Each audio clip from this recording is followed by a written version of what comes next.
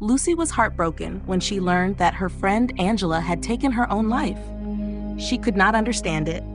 Angela had been a fun-loving girl who always smiled and planned a bright future in her diary. Lucy remembered all the good times they had shared since first grade. Angela could never do that, she whispered, tears streaming down her face. At school, Lucy began to suspect that something was wrong. Someone killed her, she told anyone who would listen. I know it. She would never commit suicide on her own. Why do you say that? Asked a police officer during an interview. Because I knew her. She was always happy, Lucy replied, her voice trembling with sorrow. Angela's body was taken away while her parents cried, and her boyfriend, Matt, wept bitterly. After hearing Lucy's words, Matt approached her. Who could have done this? Do you have any clues? No, but I know she wasn't capable of ending her own life. I'm going to find out what really happened, Lucy declared. Days later, Lucy and Matt managed to get hold of Angela's diary from the police. As they read it together, they found disturbing entries about nightmares and strange visions. One entry mentioned that Angela had visited a haunted house on an island during a vacation. There, she had found a mysterious book that told stories of evil spirits.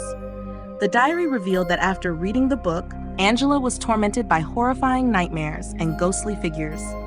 One ghost even whispered that the only way to be free was to kill herself.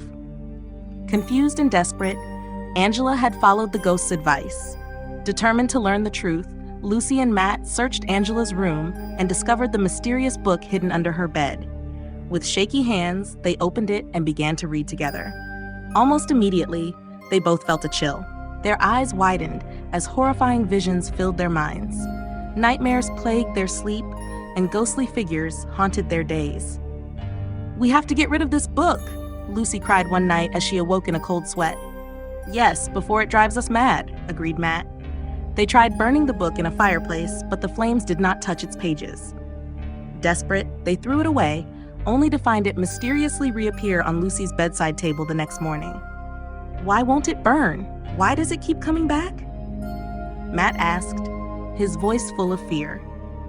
Realizing that the book was connected to something much darker, they decided to visit the island where Angela had found it. After a long journey, they reached the island and searched for the old haunted house. There, they uncovered the tragic history of the place. They learned that many evil witches had died there centuries ago during a dark ritual gone wrong. The witches' souls had become trapped in the house, and their stories were recorded in the mysterious book. It seemed that the witches had drawn power from the house, and even after their death, their spirits continued to haunt the land. "We need to break their power," Lucy said softly. "Maybe if we can free them, the curse will end." Just then, they met an old shaman who seemed to know all about the troubled spirits. "I can help you," the shaman said in a calm, deep voice. "But my help comes with a price. I will stop your hearts for a short time so that your souls can enter the spirit world. You will have exactly 15 minutes to perform a spell that will call rain on this island. That magical rain will purify the evil spirits and let them move on to peace. If you delay, you may never return." Lucy and Matt exchanged a nervous glance. 15 minutes? That sounds risky, Matt whispered. "We have no other choice," Lucy replied firmly. "For Angela's sake, and for all of us." The shaman began the ritual. He placed his hands over their chests, and as his chanting grew louder, darkness enveloped them. When Lucy and Matt awoke, they found themselves in a strange, shadowy realm, the spirit world. Around them, angry spirits howled and whispered, trying to pull them away. "Keep focused," Lucy urged, gripping Matt's hand tightly.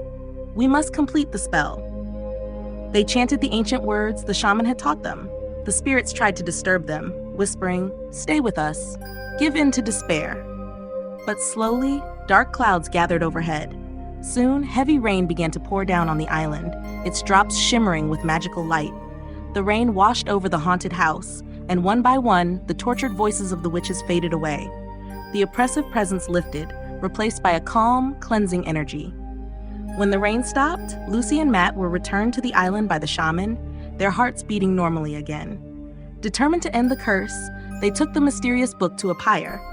This time, as they set the book on fire, the flames burned brightly, and the book turned to ash. "It's over," Matt said, relief mixed with sorrow in his eyes. Lucy nodded, wiping away tears. At last, we can all rest. Returning home, Lucy and Matt shared their story with those who had doubted them. They posted a video explaining every detail of their journey and the dark secrets behind Angela's death. Yet, many people found it hard to believe such a strange tale. But deep inside, Lucy knew the truth.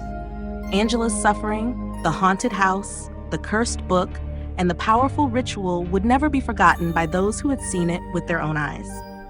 And though the memories of that dark time were erased from many, Lucy and Matt carried the lessons in their hearts, reminders that sometimes the only way to free a tormented soul is to face the darkness head-on, no matter how frightening it may be.